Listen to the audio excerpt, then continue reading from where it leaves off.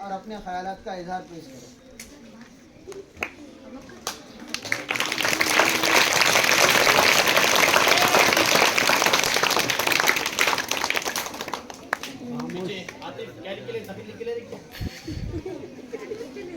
ये काफिया किताब बंद करो ना, खामोश सुनो। सर क्या पढ़े थे कुछ?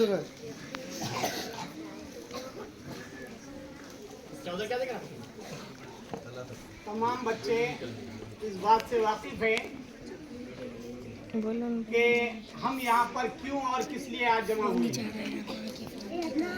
मैं मेरी बात एक शेर से शुरू करता हूँ और वो शेर तरन्नुम में पढ़ता हूँ।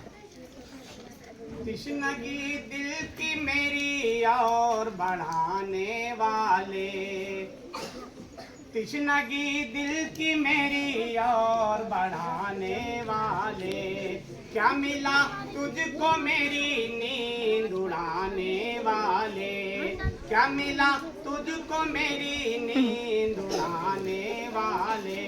ताज रखा है ज़माने ने सरों पर जिनके, ताज रखा है ज़माने ने सरों पर जिनके, थे जो उस्ताद के जूतों को उठाने वाले, थे जो उस्ताद के जूतों को उठाने वाले।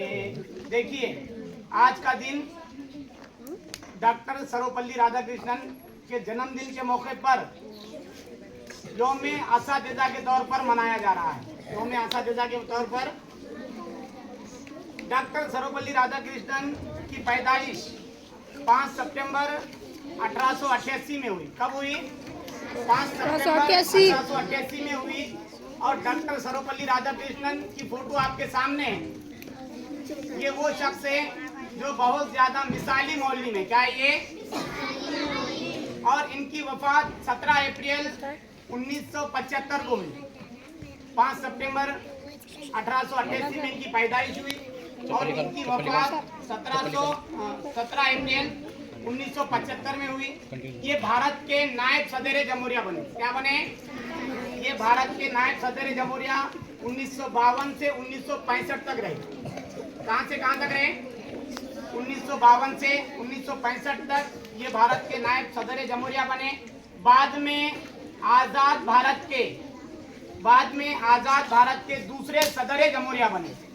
हिंदुस्तान के दूसरे सदर जमहूरिया बने और ये सदर जमहूरिया रहे 1962 से तो 1967 तक। 1962 से 1967 तक ये दूसरे सदर जमहूरिया रहे। इनकी शादी 16 बरस की उम्र में हुई थी। इनकी शादी कितने साल में हुई थी? 16 बरस की उम्र में हुई थी। इनको कुल 6 बच्चे थे। कितने थे? 6। 5 लड़कियां थी और 1 लड़का था।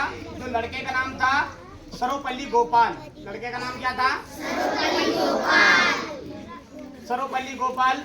तो देखिए, ये शख्स वो मिसाली मौलवी में जो हिंदुस्तान का सदर जमहूरिया होने के बावजूद भी, हिंदुस्तान का नायब सदर होने के बावजूद भी उन्होंने अपनी दर्स व तदरीस के अंदर आला कामयाबी हासिल की। और जब ये वफात पा रहे थे तो वफात पाने से पहले इन्होंने ये तरगीब देकर गई है कि मेरे जन्मदिन के मौके पर, जैसा सदर जमहूरिया होने के नाते हिंदुस्तान के हर सदर जमहूरिया का क्या है? जन्मदिन मनाया जाता है। जैसा एपीजे कलाम है, इनका भी क्या है? जन्मदिन मनाया जाता है, उनकी जयंती मनाई जाती है। तो इनका ये कहना था कि मेरे जन्मदिन के मौके पर यौम असातिज़ा टीचर डे मनाया जाए। क्या मनाया जाए? इसीलिए हर साल 5 सितंबर को पूरे हिंदुस्तान में यौम असातिज़ा teacher day doctor Sarvepalli Radhakrishnan के जन्मदिन के मौके पर मनाया जाता है। ये जब एक स्कूल से दूसरे स्कूल में इनका तबादला होता था तो स्कूल के बच्चे इनको पकड़कर गले लगकर क्या है? रोते थे। गले लगकर इनको रोते थे और रेलवे स्टेशन तक छोड़ने के लिए पूरे बच्चे आते थे। क्यों? क्योंकि टीचर की मोहब्बत थी दिल में। क्योंकि टीचर की मोहब्बत थी दिल में। और टीचर की मोहब्बत भी होना बहुत ज्यादा जरूरी है। तो ये थे सर्वपल्ली राधाकृष्णन। आपको ये पता चल गया कि ये क्या थे, हमारे हिंदुस्तान के सदर जमहूरिया, नायब सदर जमहूरिया पहले रहे और बाद में क्या बने, दूसरे, बोलो जल्दी, दूसरे क्या बने, सदर जमहूरिया क्या बने। बच्चे कितने थे, 6 बच्चे थे। बेटियां कितनी थी, 5 बेटियां थी। और लड़के का नाम क्या था जी, सर्वपल्ली गोपाल। और ये एक मिसाली मौलिन थे। 5 सितंबर का दिन इन्हीं की जन्मदिन के मौके पर मनाया जाता है। अब आते हैं हम हमारे उस्ताद की तरफ। अब ये हो गए मिसाले मौलिन। क्या हो गए ये,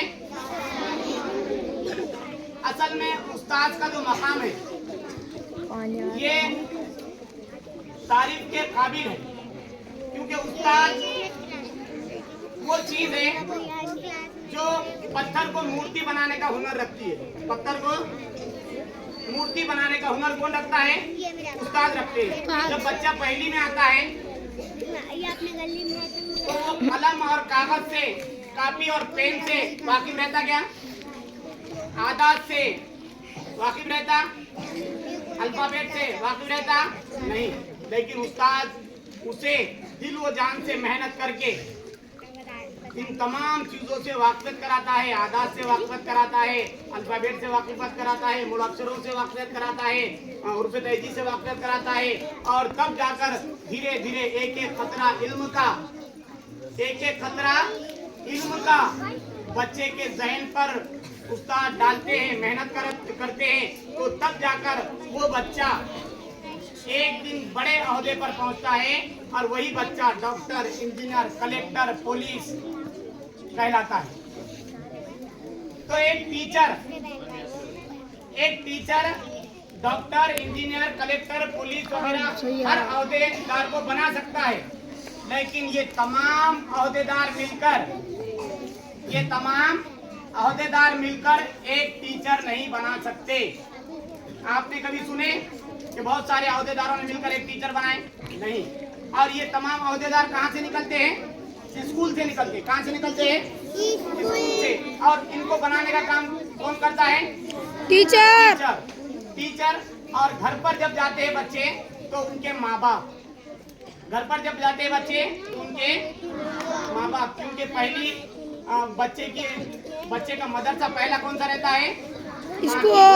माँ की। जब माँ की गोद से जब बच्चा बाहर आता है तो स्कूल में आता है। सबसे पहले कहाँ आता है? तो फिर वो पूरा एक मूर्ति बनकर, वो पूरी एक मुजस्समा बनकर क्या है, तैयार होकर ही यहाँ से जाता है। इसीलिए दूसरा आता है उस्ताद का अदब। क्या आता है? हम उस्ताद के जरिए से तालीम हासिल कर रहे हैं। उस्ताद हमको जमीन से आसमान तक पहुंचा रहे हैं। कहाँ तक पहुंचा रहे हैं? जमीन से आसमान, बुलंदी पर उस्ताद पहुंचाने का काम कर रहे हैं। लिहाजा हर बच्चे का ये फर्ज बनता है कि उस्ताद का अदब करे। उस्ताद जो चीज बोले वो चीज वक्त पर लेकर आए। उस्ताद जिस तरीके से बैठने का बोले उस तरीके से बच्चा बैठे, तो तब जाकर वही बच्चे तालीम हासिल अच्छे से कर सकते हैं। जो बच्चे उस्ताद का अदब नहीं करते हैं, जो बच्चे उस्ताद का कहना नहीं मानते हैं, तो वो बच्चे का रिजल्ट आखिर में 0 आता है। क्या आता है?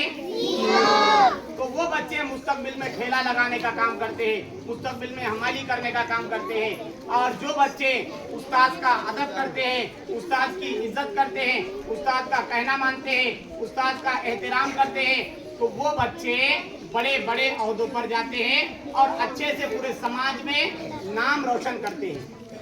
क्या करते हैं? नाम रोशन करते हैं। अपना भी, अपने माँ बाप का भी, उस्ताद का भी, समाज का भी, और गांव का भी, शहर का भी, और पूरे मुल्क का भी नाम रोशन कौन करते हैं? बच्चे। किसकी वजह से? टीचर। उस्ताद की वजह से, टीचर की वजह से। लिहाजा तमाम बच्चे ये अहद करें कि हम अपने टीचर की बात मानेंगे। मानेंगे या नहीं मानेंगे? टीचर की बात जो भी मानेगा उसमें उसमें उसको फायदा है। क्या है उसमें?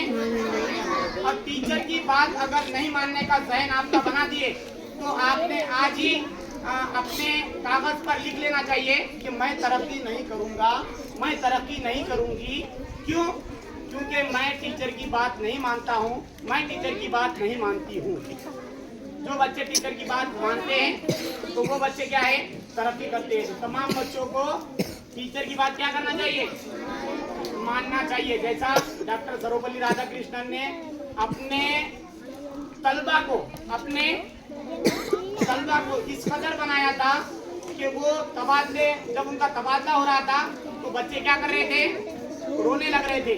तो दोनों तरफ से, टीचर और तलबा दोनों तरफ से क्या है? रिस्पांस आना जरूरी है, फीडबैक होना जरूरी है।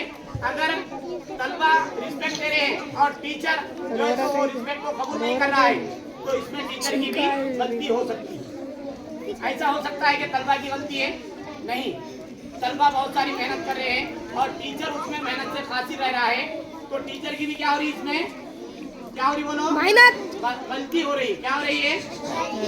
लिहाजा तमाम बच्चे अपने उस्ताद की इज्जत करें और उस्ताद का कहना माने, तो तब जाकर आप चांद पर पहुंच सकते हैं, तब जाकर आप बुलंदी पर जा सकते हैं। इतनी बात कहकर मैं अपनी जगह लेता हूँ। खुदा हाफिज़।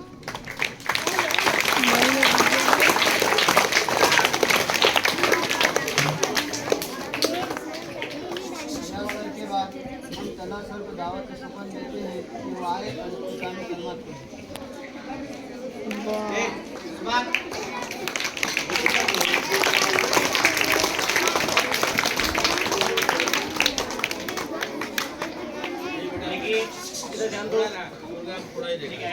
आपके सामने अच्छे अंदाज में लड़कियां सामने बहुत ही अच्छे अंदाज में एक बात आपके सामने रखी है कि टीचर 100 इंजीनियर को बना अपनी ज़िंदगी में कई इंजीनियर बना देता है, कई डॉक्टर बना देता है, कई कलेक्टर बना देता है, लेकिन ये सब मिलकर भी एक टीचर नहीं बना सकते। इस पर मुझे एक शेर याद आ रहा है कि टीचर पर शेर है कि सहरता शाम रोज़ाना लहू अपना जलाते हैं, सहरता शाम रोज़ाना लहू अपना जलाते हैं, ज़िंदगी सलीका ज़िंदगी का मौलिम ही बताते हैं, जिगर की काविशों से लहू अपना जलाते हैं, ये वो मेमार है जो कसरे हस्ती बसाते हैं।